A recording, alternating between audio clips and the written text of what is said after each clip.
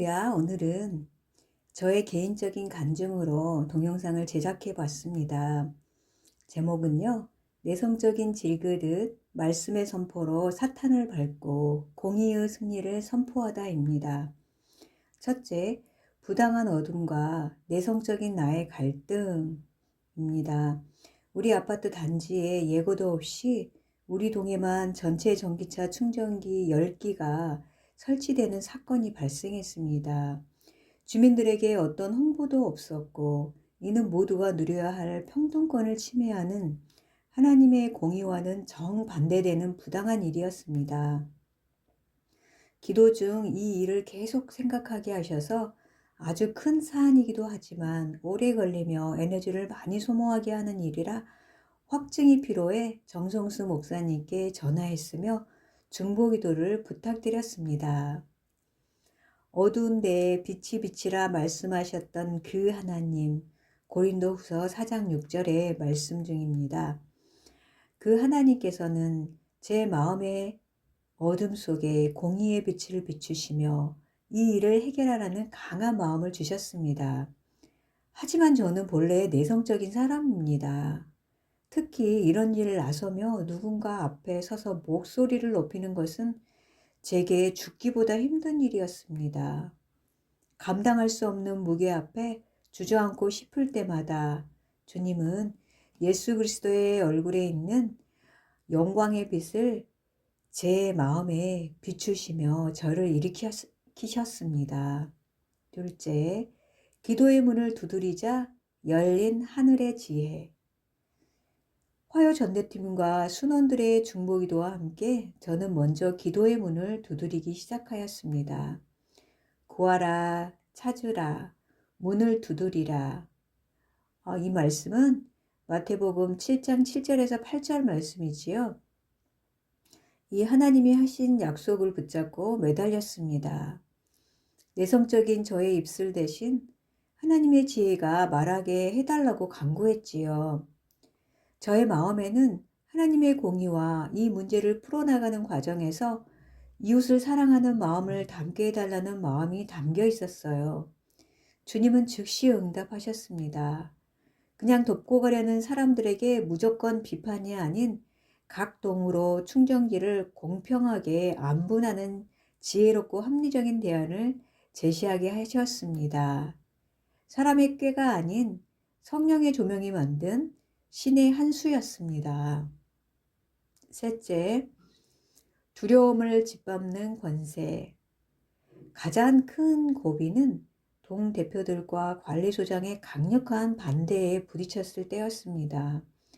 그들의 권유와 차가운 시선 앞에 질그릇 같은 제 마음은 한없이 흔들렸습니다. 바로 그때 성령님께서 제 마음판에 새겨두었던 말씀을 기억나게 하셨습니다. 평강의 하나님께서 속히 사탄을 너희 발 아래 상하게 하시리라. 로마서 16장 20절 말씀입니다. PPT를 만들어 우리의 마음을 최대한 전했고 그 무사히 동별 안분이 시작되었고 이제 옮기기만 하는 상황이 되어 안심하고 있었습니다. 그러나 현장 공사 회사에서 사용 승인을 해버려서 전체 주민 동의 3분의 2의 찬성을 받아야만 하는 어처구니 없는 상황이 발생했습니다. 그뿐 아니라 대표들과 소장이 바뀌는 초유의 사태가 발생되었습니다. 지금까지 진행해왔던 것이 잘못하여 다음 회기에 새로운 사람들에 의해 물거품이 되어 사라지게 되는 위기에 봉착하게 되었습니다. 저는 떨리는 가슴을 부여잡고 영적 전쟁임을 알기에 다시 마음판에 새겨진 말씀을 되새김하며 선포했습니다. 평강의 하나님이 속히 사탄을 너희의 발 아래에 상하게 하시리라. 이 갈등 뒤에서 분열을 조장하는 어둠의 세력은 이미 내 발 아래 패배한 존재임을 선포하자 거짓말처럼 두려움이 사라지고 하늘의 담대함이 임했습니다. 사탄을 가루로 만드시는 하나님의 권세가 제 평범한 언어 속에서 실려 나가기 시작했습니다. 그 하나님의 일하심은 하나님의 시간에 맞게 전체 주민 동의를 여러 번 받아온 능력 있는 소장으로 준비해서 보내주셨고, 핵이 넘어가기 전에 투표를 진행하게 하시는 길을 열어주셨습니다. 12월에 투표를 시작하여 1월까지 가니 대표들이 새로 부임해도 이 문제에 대해서는 말 못하게 하는 상황이 진행되었습니다. 넷째, 성도들의 연합과 기브온의 기적. 하나님은 이 전쟁, 즉 전체 주민의 3분의 2 찬성을 위해 정성수 목사님께 전하게 하셨고, 아파트에 거주하는 우리 교회 성도들을 모으게 하셨습니다. 카톡방을 열어 상황을 공유하고 함께 중보기도에 불을 지폈습니다. 우리는 모두 약한 질그릇들이었지만 우리 안에 담긴 보배이신 예수님의 능력을 믿고 연합했습니다. 사실상 불가능한 주민동의 3분의 2라는 거대한 성병을 향해 우리가 기도하며 나아갈 때 주님은 여호수아의 기적을 재현하셨습니다. 하나님께서는 태양아 기브온 위에 머무르라. 여호수아 10장 12절 말씀이죠. 이 말씀을 응답으로 주셨고, 이 말씀을 선포했을 때 시간이 멈췄던 것처럼 하나님은 모든 주민의 마음을 하나로 모일 때까지 환경과 상황을 붙들어 주셨습니다. 다섯째, 76%의 승리와 예수 생명의 나타남.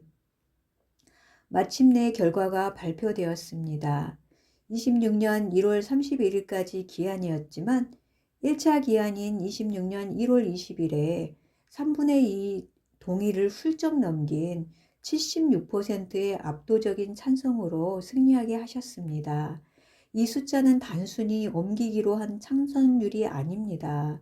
처음부터 끝까지 동행하며 일하신 하나님의 완벽한 승리이자 공의를 회복시키신 증거입니다.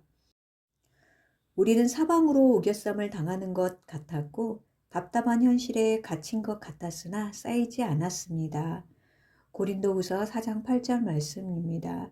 내성적인 저의 약함은 오히려 능력의 힘이 큰 것이 하나님께 있음을 드러내는 통로가 되었습니다.